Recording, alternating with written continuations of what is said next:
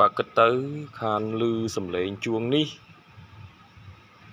đôi chia mà phơi nam chiêng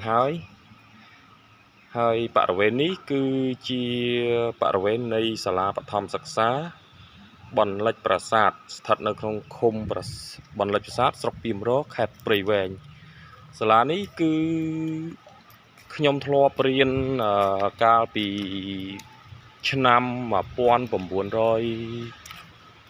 96នៅថ្នាក់ទី6ទី5ទី6ដែរខ្ញុំធ្លាប់រៀននៅទីនេះបាន2ឆ្នាំដែរគឺជាសាលាស្រុកកំណើតដោយសារពីមុននោះខ្ញុំរៀននៅសាលានៅខាងសាលាដំសមាគមនៅអ្នកលឿងហើយនេះគឺជាហេដ្ឋារចនាសម្ព័ន្ធដែលកើតនៅពេលក្រោយការខ្ញុំនៅជាសិស្សនៅទីនេះគឺដូចជាមិនមានអីទេគឺមានតែទីវាលដើមកង្កោកដើមអីសុទ្ធតែស្មៅនឹងដងទង់ជាតិមួយតែប៉ុណ្ណឹងតែបច្ចុប្បន្នឥឡូវនេះលោកគ្រូនាយកក៏ដូចជាលោកគ្រូអ្នកគ្រូគាត់បានអភិវឌ្ឍសាលានេះទៅជាសាលាបឋមមួយដ៏ស្រស់ស្អាតមានរូបសំណាកតាក្រមងយសម្ដេចជួនណាតក៏ដូចជាព្រះបាទជ័យវរ្ម័នទី7រូបព្រះពុទ្ធក៏ដូចជាប្រកេះព្រះព្រំ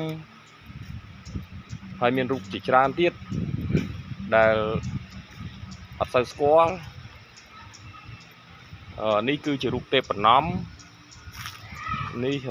គឺជារូបព្រះសិរីលីសម្បូរហើយក៏ដូចនេះជារូបសិស្សានុសិស្សដែលឈរបែរមុខទៅកើតហើយលើកដៃឡើងលើបង្ហាញពីការឆ្ពោះទៅមុខជានិច្ចហើយនោះគឺជារូបទំពាំងដុះនៅលើសៀវភៅដែលមានន័យថាសៀវភៅគឺធ្វើឲ្យកុមារាខ្លាយទៅជាទំពាំងស្នងប្រទេសដឹកហើយនេះគឺជាដើមអំពិលទឹកបារាំងឬក៏គេហៅថាដើមច័ន្ទគិរី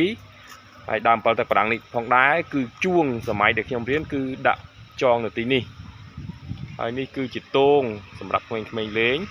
ហើយនេះគឺជាសាលាដែលពួកខ្ញុំធ្លាប់រៀនឥឡូវវាចាស់ទ្រុឌទ្រោមមែនតើហើយនេះអាគារដែលពួកខ្ញុំធ្លាប់រៀនវាចាស់ទ្រុឌទ្រោមមែនតើហើយឥឡូវនេះគឺអភិវឌ្ឍល្អណាស់មានសួនច្បារមានរូបសំណាកមានបង់អង្គុយលេងមាន